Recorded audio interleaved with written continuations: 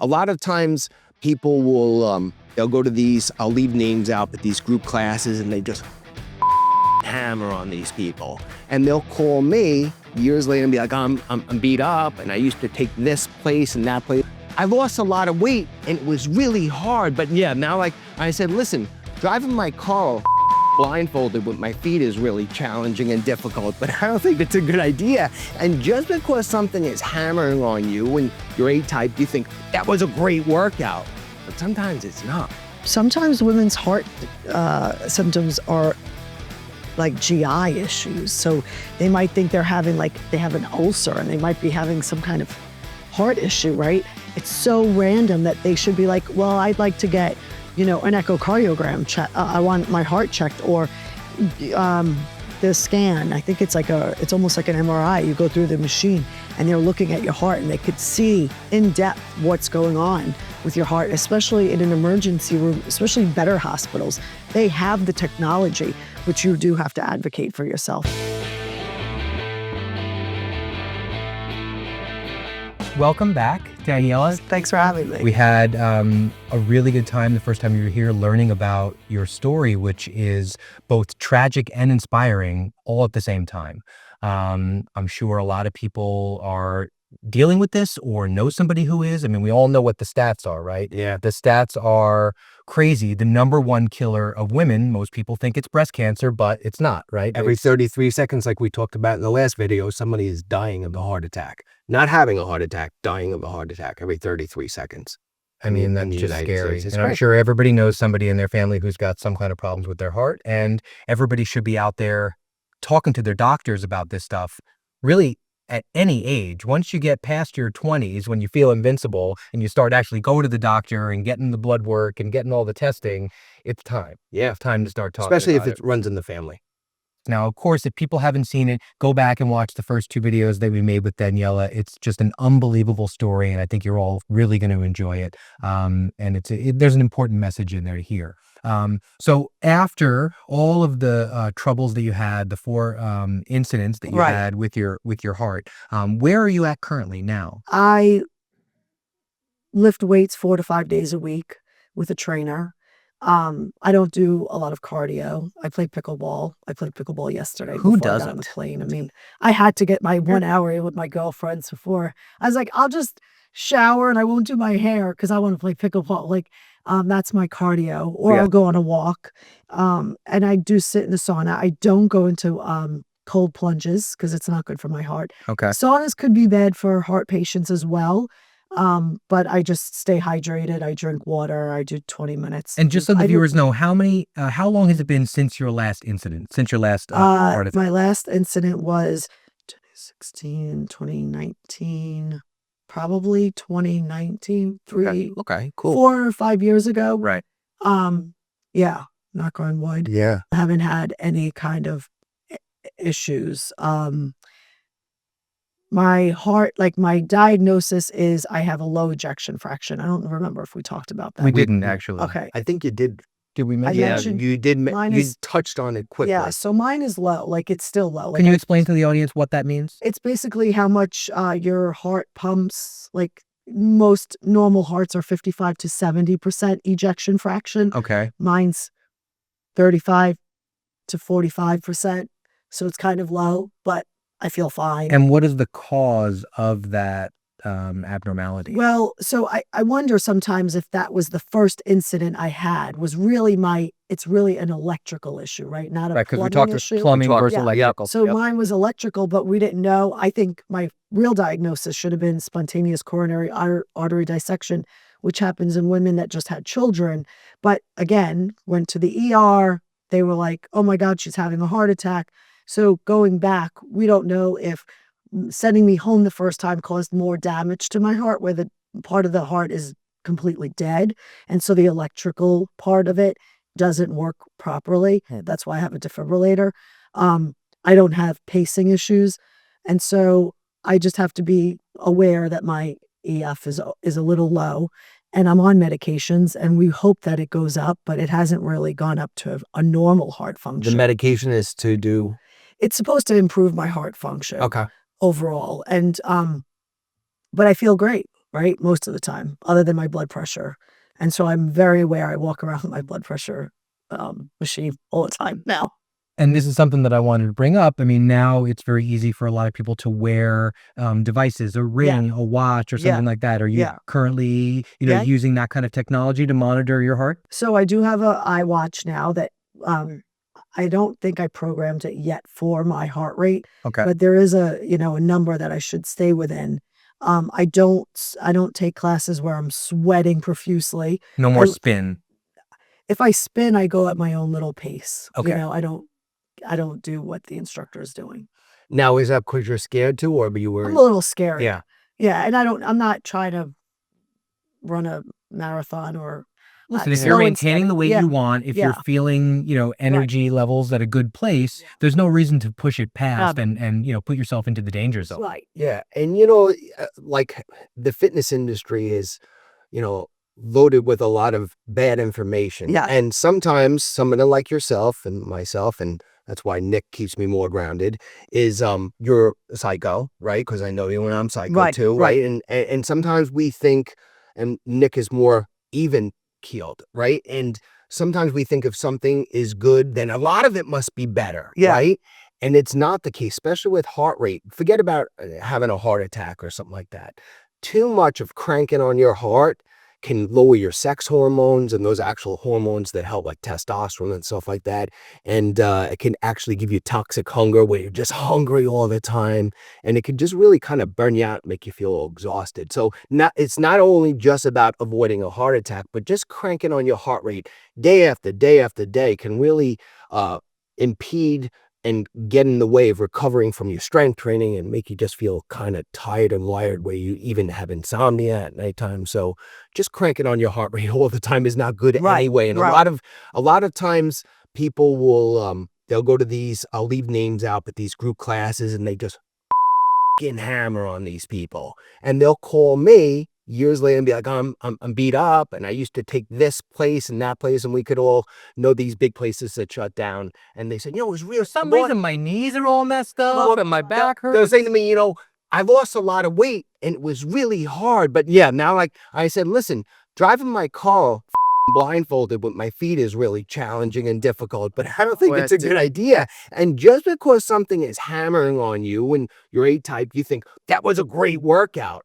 But sometimes it's not, especially in your condition. And I think people have to remember that you have to be aware of your age, right? If you're 21, have at it. Go for it. Act crazy. Do the high-intensity workouts. Like, push yourself until you want to vomit all the time. You're going to be fine, probably, right? Put some duct tape on yourself. Whatever. But if you're 30 or 40 or 50, you got to ease into it. You got to know your place in the workout world, right? And you can't push too hard or you're just going to hurt yourself and then not be able to work out at all. Right. And in some cases, Nick, you could actually throw yourself into an arrhythmia if your heart rate's too jacked up for too long, where it's an uneven heart rate, and you could actually die. There's you become what's called tachycardic. Sorry. Oh, right. Yeah, sorry. Yeah. It's called tachycardia.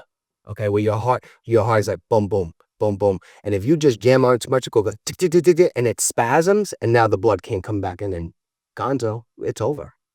People don't realize, we're in our 50s, right? I don't know if you are. Not yet for me. I'm close. Close. It's because he's even keeled. He looks like just 20. Yeah, totally. So I'm like, you don't look it, but I figured we're around the same age. I forgot you're a little younger, but just in the last 3 weeks, there's been 3 funerals, 2 of which are 2 guys in their 50s.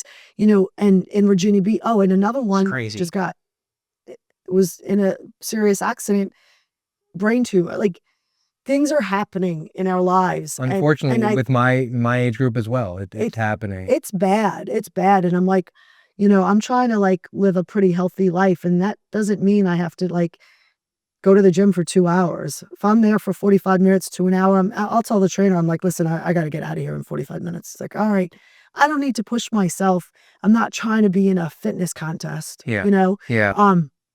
And I really am kind of getting nervous a little bit, not for myself as much, but people in my lives or people in my friends' lives, that they're losing these people and no one knows why, other than like Well, maybe the health things outcomes in this country are getting worse and worse over the years. I mean, Yeah, the diets have been terrible, the amount of exercise since COVID, depression, Yeah. anxiety, all these different things. And we're all socially isolated more than ever. And it's so important to be around friends and family more than you probably are. Break out of your little hibernation zone, right. get out into the real world. Whether even, like you said, even if it's just walking with some friends for Yeah. the evening, People talking are to still them, staying being home. outside, definitely. Wow. Definitely. Oh yeah, they need to get out. Well, because it's not good. devices, Oh, it's right. anxiety, it's all these different things. Get off the phone and get back into the real world. Talk to people. Right. Enjoy yourself. You'll really, I think people will find that they enjoy the social interactions that they have more so than arguing with somebody on X for 20 minutes about politics or something Well, stupid thank God like that's that. over, right? Well, is it over? I don't know. Maybe it's a little less now, but I kind of like that once in a while. I like to throw a every wrench once in a while, fine, but you Yeah, have you to. want to make sure your blood pressure goes too low. You get into a fight with Oh, somebody. that's right. If your doctor says your blood pressure's low, go on X, find somebody you don't agree with, and tear them. Nick, Mike, I'm gonna put some stress in here. Get that heart rate cranked up. So no, but back to the heart thing. Like my lifestyle has, I have 2 teenage kids. I'm really like, like you say, I'm the epitome of health, right? Yeah. But like, really, I care about my kids' health too, and my husband's health, and so I like to cook. I don't want us eating out all the time. The preservatives in the food. You got to worry about the pots and pans they're using in the restaurants, the oils they're using. They don't give a shit about you, or me. No, it's this. Yeah, totally. And so honestly, because they lease the space they're in, their landlord just jacked up the rent by 75%, 100, 200%. These are hard businesses to run. Yeah. And so are they going to spend an extra 10% on the healthier oils, or are they going to get the cheap oil? Right. And they have the Teflon pan and there's like little specks of black in your food. Yeah. Jesus. Yeah. Yeah, I mean, I know. it's the real, like, we like to eat at home. That's the best food. Like our neighbor was like, oh, they changed owners, but the food's much better. I go, it's not as good as my kitchen. It's just not. Even if I don't know how to cook. Yeah. If I make a Well, home cooked meal, what's in that meal. While we're on food, so do you think, I know that you're always mindful of your physique and the way, are you even like a little more strict or less strict now? Because it can go both ways, right? You could say, shit, I'm scared to eat this, this, and this. Or you can say, fuck it, I almost died 4 times. I'm going to eat what I want, when I want, and still be mindful. Like, which way did it go for you? I'll never eat what I want when I want, because I would put on 30, 40 pounds. Right. So have you got stricter, like after the 4th heart attack, or it was already strict as it can be? Like nothing changed? Well, I don't think mine was really associated with diet so much, but I definitely No, but I'm saying, cognizant of like meats and or fried foods. I'm really trying to stay away from fried food. okay. But I don't think my arteries are clogged or it's not. No, that- but just the so scary nature of having these events, right? I don't want to end up with like cancer on top of having a heart issue, and then they Right. put me on chemo, and that's going to affect my heart. My heart's already weak. Like, I think about those things Right. to a certain degree, but I don't really, like I'm in New York, I'm going to eat rainbow cookies. I'm going to have gelato. I'm going to have pizza. Like, How many rainbow cookies was all? I mean, as many. Did you do bring I us feel any? Because sick. I could go for a I rainbow didn't- I cookie didn't right get 'em. now. Actually, that That's sounds on the kind way. of nice. How far are we from Amityville? Because that's on my way, right? No, Lindenhurst. We go Yeah, to you're not far. Lindenhurst. You could have a lot of rainbow We're cookies. going to go to Lindenhurst to get rainbow cookies. So I just, it's okay to do in moderation, but when I'm Yes. home, I'm not eating like, I like to eat good food. I do. Okay. I like healthy food. I like clean food.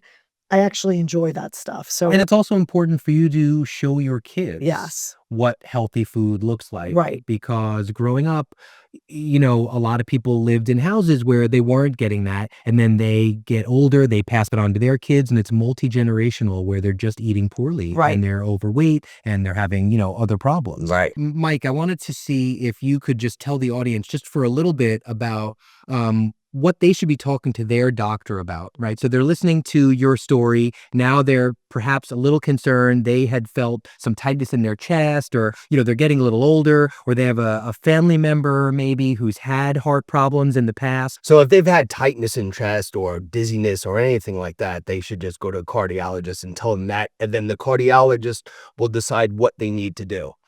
But you could start with blood. And you can look for what's called non-specific CRP, which is, so there's CRP, and that gives you a systemic inflammation picture of what's going on, but non-specific CRP is indicative of the heart inflammation. And then you could look at things like homocysteine levels, and that can tell you just from blood. So if you're going just for a blood so test, blood work. Yes. You've got to be going, and Right. you've said this before, anybody almost of any age, after the age of right, 25 or 30, you Right. should be getting blood work at least once a year. right. Then you can get into lipids and cholesterol, but then there's a lipoprotein little a they can do, an ApoB. So these are bloods. Those are the easiest thing. You're taking blood to get your yearly blood work, and that's the easiest pull. After that, you might want to do what's called the calcium score, where they check the calcium on your arteries. The next step, which is better, which sometimes insurance will not pay for, is what's called the CTA, which is a calcium score angiogram. So it gives you that calcium score, but it also takes a snapshot. It's like an MRI of the arteries. You could do that. You could obviously get your carotids checked. That's pretty easy. Echocardiogram. Echo, stress test, thallium stress test, and stuff like that. Now, this also brings up an interesting question. Are you looking out for your children to see if they're potentially could have the same problems in the future? Is there a way for people who have an issue to be, sending their kids in for testing or anything I like actually that? do want to get my kids tested, especially my daughter, who's going to be a D1 athlete in September. There's nothing wrong Yeah, with being right. proactive, and especially So- when you have an issue, you want to make sure it's not being- Non-invasive testing is definitely the way to go. Like being in a cath lab is invasive, which that's where my stuff happened the first time. My brother was actually in the room when I was put into a cath lab and told, not me, but my husband, she needs to have open heart surgery, my brother. And he's like, I'm not agreeing to that. My brother's like, I don't think you have a choice right now. So it was probably scary for my brother and my husband, like two of my loved ones being there, being told this, but that was invasive. Like there should have been a lot more things done that day that were non-invasive, like keeping me overnight for cardiac elevation, cardiac enzyme testing. Yeah. Right. Troponin levels. Yes. To look at that. I've learned a lot over these years because I've been to so many hospitals, but I would have liked to have all these non-invasive tests, all this blood work Yep. done.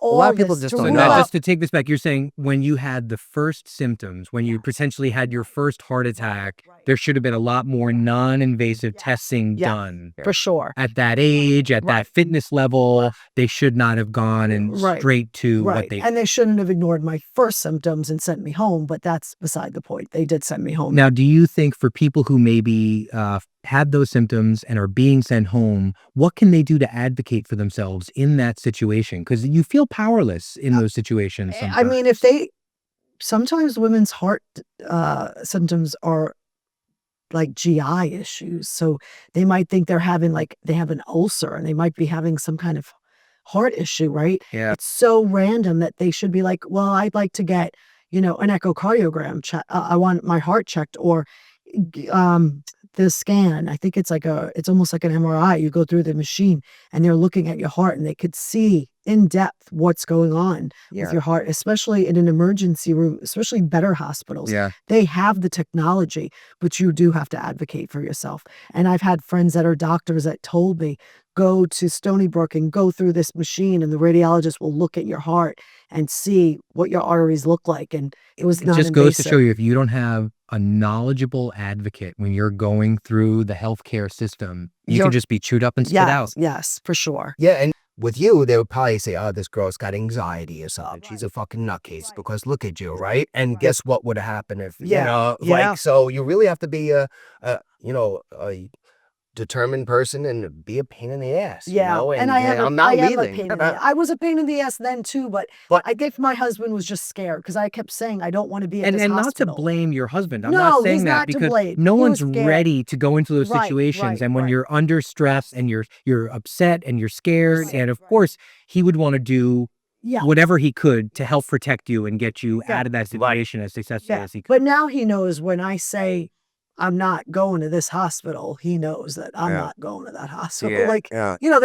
So we do have to advocate for ourselves. So, and that brings up a good point. Everyone should know the hospitals that are around Yeah, them. which and ones have probably good ratings. Yeah, which hospital do I want to go to if I have a problem? especially a heart. Yeah. Like especially specific, right? Like a heart hospital is different than a cancer hospital. So going back to my diagnosis, my heart is severely enlarged. It will be probably for the rest of my life. I don't know if my heart is considered an athletic heart.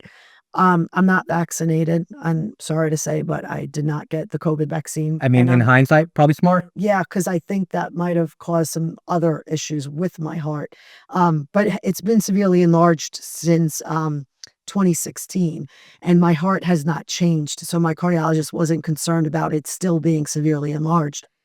He's like, I'm not concerned with it. Your heart, you're still just as healthy as you were last year. It hasn't changed from the echo. And there's really not much we've changed. My medications haven't changed. My ejection fraction hasn't changed. So I do look at my previous echo just to see if anything's gotten worse or better. Then we take it from there. I just want to touch on something that was really good that you brought that up, Nick, about the kids. And a credit to you for thinking about that, because you can see people be like, oh, Daniela, it's a one-off thing. Don't fucking freak your kids out. Right. They're just kids, let kids be kids. But heart disease, especially in boys, can start, we talked about this in the carbohydrate video, you could start to see fatty streaks on 10-year-olds. Okay, unfortunately. Especially with the poor diet that a lot of kids have now. Young children do pass away. And when they do these studies and they see that there's fatty streaks in 10 and 11-year-olds. So, a lot of times people are like, oh, I don't want to freak my kids out or something like that. Yeah, but denial is just stupidity. Yeah. And you can see where you don't want to put a kid through that. But look, you don't have to tell the kid right. How they don't need to know what danger there is. No, you can say we're going in for a routine thing. Everybody does this. Yeah. A little white lie in when they're at a protecting your certain child's age, anxiety level Right. at a young age. I think that's okay. Right. Correct. At a certain age. But, at the end of the day, But if they're 18, 20, Right. it's probably time to be honest with them. And they can handle it. They have 50% of your genetics. Right. And they may be perfectly fine. But Yes. why not check? And there's so many people that just blow this kind of shit off to only get a surprise later on in life. Right. So kudos to Not you the and a kind great of surprise question. you want. I wouldn't even have thought My to ask kids, that question. I am going to schedule that. It's hard. It's hard today. Like, there's a shortage of doctors. There's Insurance probably doesn't want to pay for it. right. And they're probably fine, but you know what? But I do want them tested. I want blood work done, and Yeah. we'll do that. We've just been busy. But after the holidays, I plan on having her go in and get checked, and then my son too. Even though he's only 16, I just could sense that he might have either blood pressure issues or cholesterol issues. Better or to know both. now and Yeah. deal with it. Yeah, Yep. maybe a little fear in him is not a bad thing. Last time we spoke, you said you were doing a little bit with a heart walk. I did this walk. I got involved with the American Heart Association locally in Virginia Beach. Valentine's Day, we'll do a luncheon. There'll be like 400 to 600 attendees, and they're doing like a fashion show. And I thought it would be cute if every woman that walks down the red carpet talks about what their disease is, because every woman that I know has a totally different heart disease story.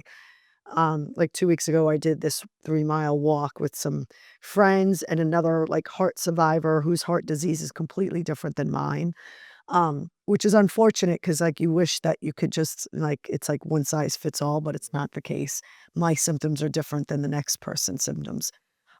So we did that and it was great. My friends were like, why didn't you tell me about it? I would have done it with you, but I didn't realize it was that coming up either. So I just had one of my girlfriends there, and there was a group of 6 or 7 of us, and there was a big, group of women, and this is the #1 killer, and we should be really aware. And is that the main message that the organization is trying to put out there, that this is the unknown, biggest threat to women's lives right now? Yeah, and the testing, get tested and go to a cardiologist and find the right doctor. There's so many things. Whether you have people in your family who have had this problem or not.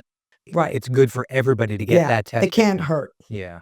Now, if people want to find out more about the work you're doing with this organization or just things in general, where can they go to find that out? I think they could just go to the American Heart Association or go Red for Women. That's a big one. And then there's local chapters or whatever they call it within the area. So Long Island might have a walk and a luncheon, and every state probably has it. And these are things that people can get involved in, whether they want to do the walk or just donate a little money. As much or as little as they want. Okay.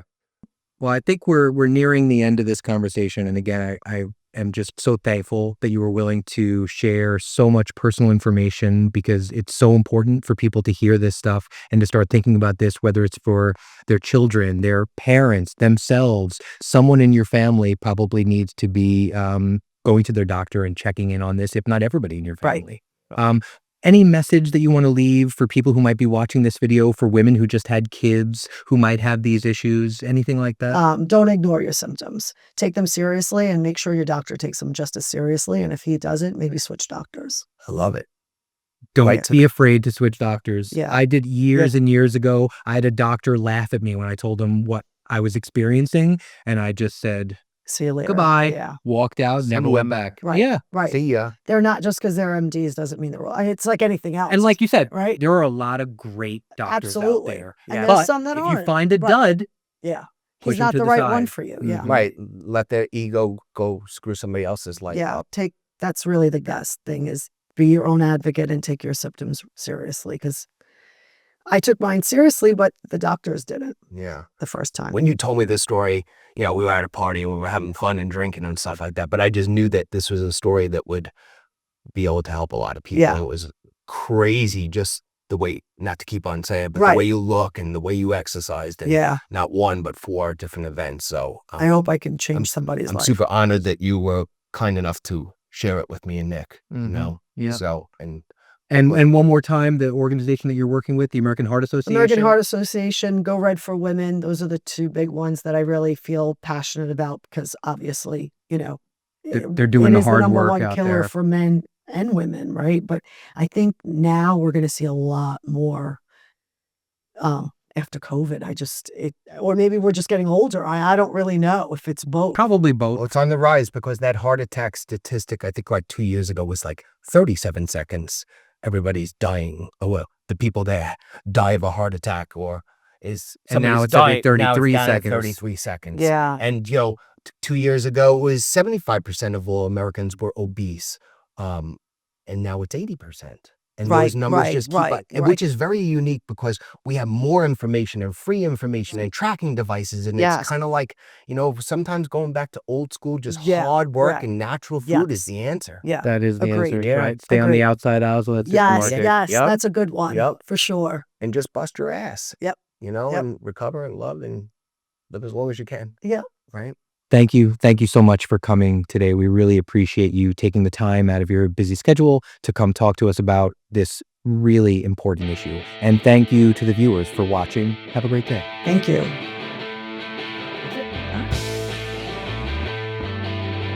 Please hit the like, subscribe, and hit that bell notification so you don't miss any content in the future.